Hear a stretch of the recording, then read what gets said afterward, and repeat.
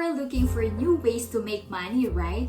So into this video, I am going to give you another website, a freelance website that allows you to make money up to $95,000 per year. So disclaimer, before we are going to start with our video, I am not making money off from this website for referring you.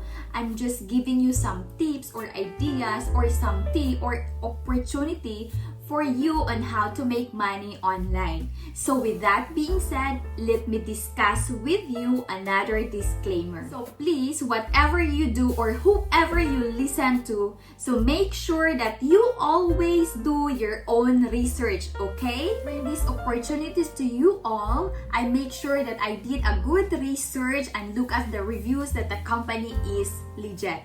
But at the end of the day, you still need to do your own background research of the company or the website that you are going to apply. So with that being said, let's just right into the video. Everyone, welcome back to another video. If you're new in this channel, my name is Manilyn, a full-time mom, a freelancer, and a virtual assistant. Please make sure to subscribe to my YouTube channel and hit the notification bell button so that you will be updated every time I upload a new video all about money making online.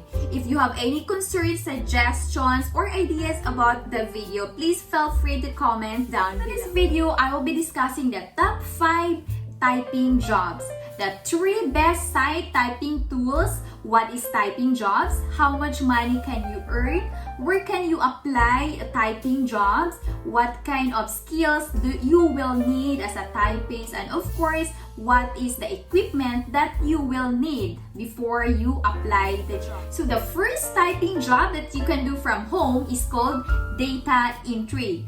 Data entry is the easiest kind of job that you can do from home. Entry jobs work from home requires you to add information to a spreadsheet, enter data into a company's computer system, verify and correct the data, do some basic research, or other micro tasks such as typing a receipt. So the minimum wage for data entry is around 16 to 20 US dollars. So this is based on the US government statistic. So the pay depends on the company that you are working for. But the minimum wage as a data entry is from 12 to 15 US dollars. You just need to do a good work and then you can land further opportunities with a good client. The second typing job is called virtual assistant. So with this job, I can share with you my personal experience as a VA and where did I find my clients. So being a virtual assistant, so tasks can involve like data entry, writing a blog post, administrative work, and of course, social media management. So as a virtual assistant, it is our job to help our client with the tasks that they'd rather not to do themselves. So the average virtual assistant earns, it ranges from 19 US dollar per hour above. So you can find virtual assistant jobs through this website right here. I will just flash it on our screen, or I will put all the links that I have mentioned here on our description box below. So please check it out after you watch the video. So the third typing job, which is called the online chat jobs. So this can be the perfect typing job for customer focused to work from home. So live agent help customers answering the questions through live chats. So this online job requires knowledge of the company you are working for, as you will be responsible for answering questions about them. Well, some companies want you to have technical expertise to do this kind of work. So many just want general agents with quick and accurate typing skills.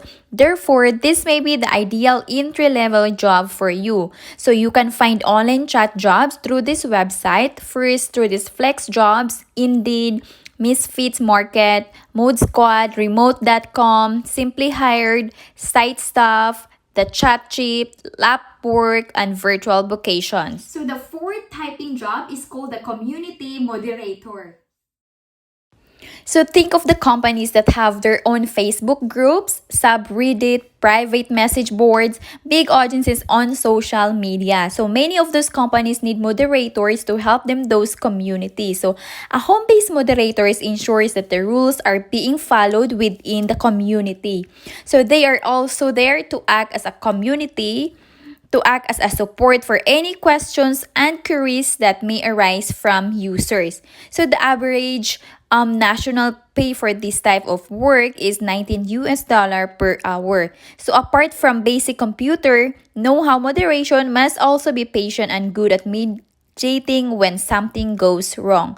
You can find community moderation jobs through this website at Clouds Worker, FlixJobs, Indeed, The Social Element, Upwork, and Yelp. The fifth typing job is called the freelance writer. So freelance writers create content for all type of businesses. It is one of the higher paying typing jobs. So types of projects you might tackle as a freelancer writer includes news pieces, sales pages, video scripts, research documents, and email newsletter. So freelance writers can make anywhere from a few hundred to thousands of dollars a month depending on their clients and experience. On average, freelance writers make around $30 per hour. Due to the freelance nature of this type of work and ability to take on multiple projects while working from home, it is seen as a solid way to earn an extra income. So to increase your chances and getting typist work from clients, it is worth reading your fingers to increase your typing speed. So here are some tips for typing speed. So take a typing lessons, challenge yourself every day, take a typing test. And that's it. I hope you guys learned something from this video. If you have any clarifications, concerns, or any suggestions about the video, please feel free to comment down below. So thank you for watching and I hope to see you on my next video. So bye for now and God bless everyone. Happy earning!